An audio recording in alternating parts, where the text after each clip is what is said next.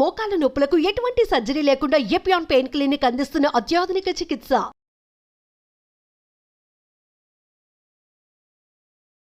Hello yes welcome to Suman TV. So the famous celebrity, నాకు నచ్చిన celebrity ఎలాంటి diet పాటించినా అండ్ ఎలాంటి స్టైల్స్, సో ఇలా ఏది చేసినా సరే ఖచ్చితంగా వాళ్ళు ఫేమస్ కాబట్టి, నేను తన ఫ్యాన్ కాబట్టి ఖచ్చితంగా నేను అదే చేస్తాను అనే ఒక థియరీలో ఉంటారు అందరూ. సో నిజంగానే మనము డైటీషియన్స్ హెల్ప్ లేకుండా, డాక్టర్స్ హెల్ప్ లేకుండా, ఇన్ఫ్లుయెన్సర్స్ చూసినవి కావచ్చు, మన ఫేమస్ యాక్ట్రెసెస్ చూపించినవి కావచ్చు, యూస్ చేస్తూ మనం తీసుకునే డైట్ విషయంలో అండ్ ఒబేసిటీ వాళ్ళ గురించి మెయిన్గా మాట్లాడుతున్నాం. సో అలాంటివి చేయడం కరెక్టా కాదా? సో ఈ విషయం గురించి మాట్లాడటానికి ప్రస్తుతం మనతో పాటు ఉన్నారు డాక్టర్ రాజేష్ గారు. మాట్లాడేద్దాం. నమస్తే సార్. నమస్తే. సో ది ఫేమస్ అని ఎందుకన్నానంటే సార్, ఇప్పుడు చాలా వరకు ఇన్స్టాగ్రామ్ చూసినా, యూట్యూబ్ చూసినా సరే, సో మీరు ఈ ప్రోడక్ట్ వాడండి తగ్గిపోతారు, లేదా ఇది తాగండి, జ్యూస్ తాగండి తగ్గిపోతారు అని చెప్తూ ఉంటారు. సో వాళ్ళు చెప్పినట్టు ఖచ్చితంగా అది ఏదైనా సరే సార్, హెల్త్ విషయంలో ఏదైనా సరే తీసుకుని యూస్ చేసే వాళ్ళు ఉంటారు. సో ఇలా మన బాడీ గురించి పూర్తిగా అవగాహన లేకుండా ఏదో ఒక product, and that to especially obesity విషయంలో చేయడం కరెక్ట్ అంటారా? సో ఇక్కడ 2 థింగ్స్ నేను హైలైట్ చేయదలుచుకున్నాను. Sure sir. ఏది కూడా షార్ట్ కట్స్ వెతుక్కొని వెళ్తే ఎంత త్వరగా వెళ్తున్నాయో అంత త్వరగా వాపస్ వస్తాయి. ఇది ఎవరికైనా experience. Hard work pays of. కష్టపడకుండా పైకి వెళ్ళాడు అంత తొందరగా కింద పడతారు అనేది. ఒక డైట్ రెజీమ్ ఫాలో చేసి బాడీని మొత్తం స్టావ్ చేసేసి మనం వెయిట్ తగ్గే గోల్కి ఏదో ట్రై చేస్తున్నాం.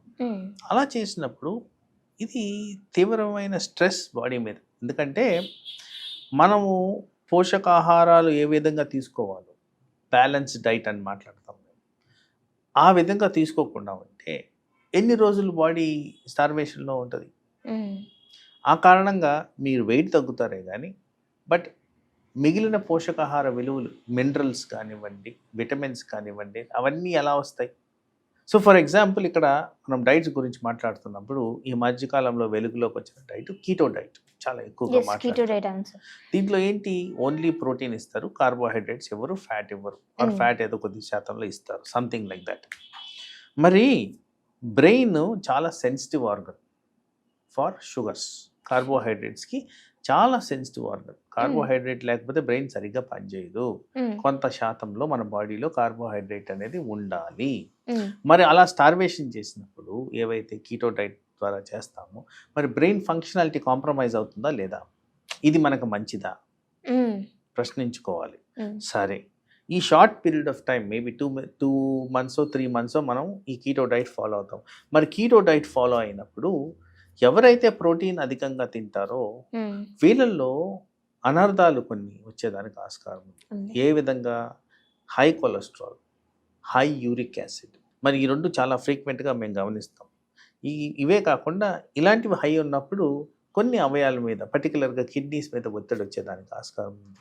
కొలెస్ట్రాల్ పెరుగుతుంది కాబట్టి హార్ట్ మీద, బ్రెయిన్ మీద ఒత్తిడి, సర్క్యులేషన్ మీద ఒత్తిడి. సో ఇలా డిఫరెంట్ విధాలుగా మన బాడీ మీద తీవ్రమైన స్ట్రెస్ గురవుద్ది. ఒక యంగ్ పర్సన్ ఇలాంటివి చేసినప్పుడు ఓకే, బాడీ కాస్త రోజులు తట్టుకుంటుంది. కొద్దిగా వయసు పడిన వాళ్ళు ఇలాంటివి చేస్తే డెఫినెట్గా అనర్థాలు అనేవి వచ్చేదానికి ఛాన్స్ పెరిగిపోతుంది. అందరికి వస్తుందని నేను అనట్లేదు, బట్ ఛాన్సెస్ అనేది పెరిగిపోతాయి. నార్మల్గా నా ప్రాక్టీస్లో గమనిస్తున్నది ఏంటంటే, చాలామందికి యూరిక్ యాసిడ్ తెలియకుండానే పెరిగి గమనిస్తున్నాం. మరి అలాంటిది మనం protein diet are keto diet ఇలాంటివి తిన్నప్పుడు డెఫినెట్గా high amounts of uric acid వస్తుంది. యూరిక్ యాసిడ్ ఒక్కటే is a risk factor for heart disease, high blood pressure, kidney stones, kidney failure, arthritis, muscle pains, ఇలా చెప్పుకుంటూ పోతే లిస్ట్ పెరుగుతూ ఉంది. సో అలాగే ఎప్పుడైతే ఈ డైట్ని, పర్టికులర్ డైట్, ఒక డైట్ గురించి మాట్లాడలేదు, బట్ ఈ డైట్లో మనం కాంటెక్స్ట్లో మాట్లాడుతున్నాం కాబట్టి దీనివల్ల కొలెస్ట్రాల్ కూడా పెరుగుద్ది. మరి కొలెస్ట్రాల్ మంచిది కాదని ఆల్రెడీ చెప్తున్నాము.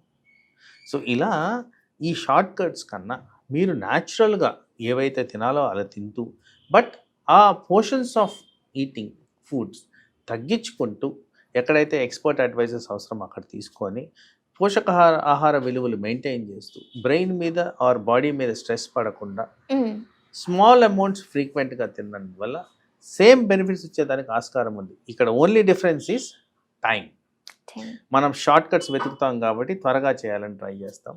ఇదే కాస్త టైం ఇచ్చి చేస్తే better results and no effects on the body. Sir కానీ కొంతమందిలో అలా మన యాడ్స్ చూసి కావచ్చు, లేకపోతే వాళ్ళకి నచ్చిన వాళ్ళు చెప్పింది చేస్తూ కూడా తగ్గిన వాళ్ళు ఉంటారు వెయిట్.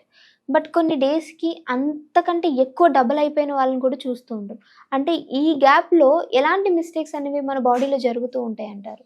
సో బేసికలీ ఏంటంటే మనం టార్గెట్ ఓరియంటెడ్గా ఇదిగోండి నా వెయిట్ ఇన్ని కిలోలు తగ్గిపోవాలనేది బాగా కసితో తగ్గిస్తారు. మరి దాన్ని సస్టైన్ చేయడం వీలవుద్దా?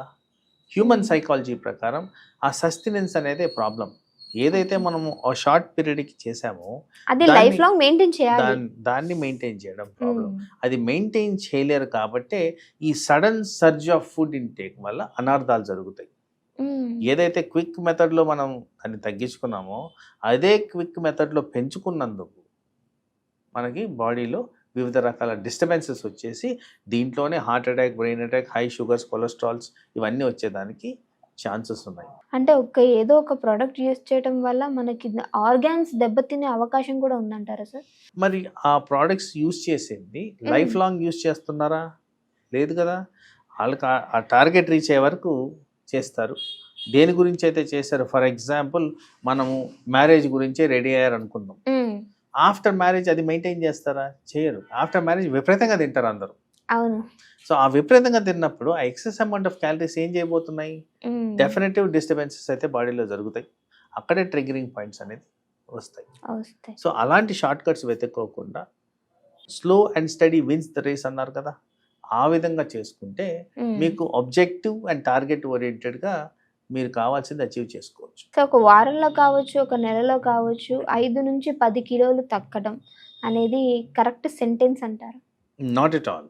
రికమెండేషన్, మెడికల్ రికమెండేషన్ గైడెన్స్ ప్రకారం ఒక వారానికి 0.5 కిలోస్, నెలకి 2 కిలోలు. సో మీరు చెప్పిన నంబర్ చాలా దూరం. మనం మాట్లాడుకునే scientific evidence and healthy habits గురించి మాట్లాడుతున్నప్పుడు ఒక నెలకి 2 కిలోస్, ఒక వారానికి 0.5 కిలోస్, ఆ విధంగా చేసుకుంటే హెల్త్ మీద ఎక్కువ ఇంపాక్ట్ కాకుండా బ్యాలెన్స్ మెయింటైన్ చేస్తూ నేను చెప్పిన పోషక ఆహార విలువలు మెయింటైన్ చేస్తూ ఏ అవయవం మీద తీవ్రత లేకుండా అనర్థాలు జరగకుండా కాపాడుకోవచ్చు. ఓకే సార్, చాలా చక్కటి వివరణ ఇచ్చారు. సో చూసారు కదా, మనం కూడా మనకు నచ్చిన ఇన్ఫ్లుయెన్సెస్ కావచ్చు, మనకు నచ్చిన యాక్టర్ అండ్ యాక్ట్రెసెస్, ఇలా అంటే ఎవరిని బ్లేమ్ చేయడానికి కాదు, మీరు మీ డైట్ అనేది ఏ విధంగా ఉండాలి అన్న ఒక న్యూట్రిషన్ కావచ్చు, డైటిషియన్ కావచ్చు, డాక్టర్ సజెషన్ లేకుండా యూస్ చేయడం చాలా తప్పు.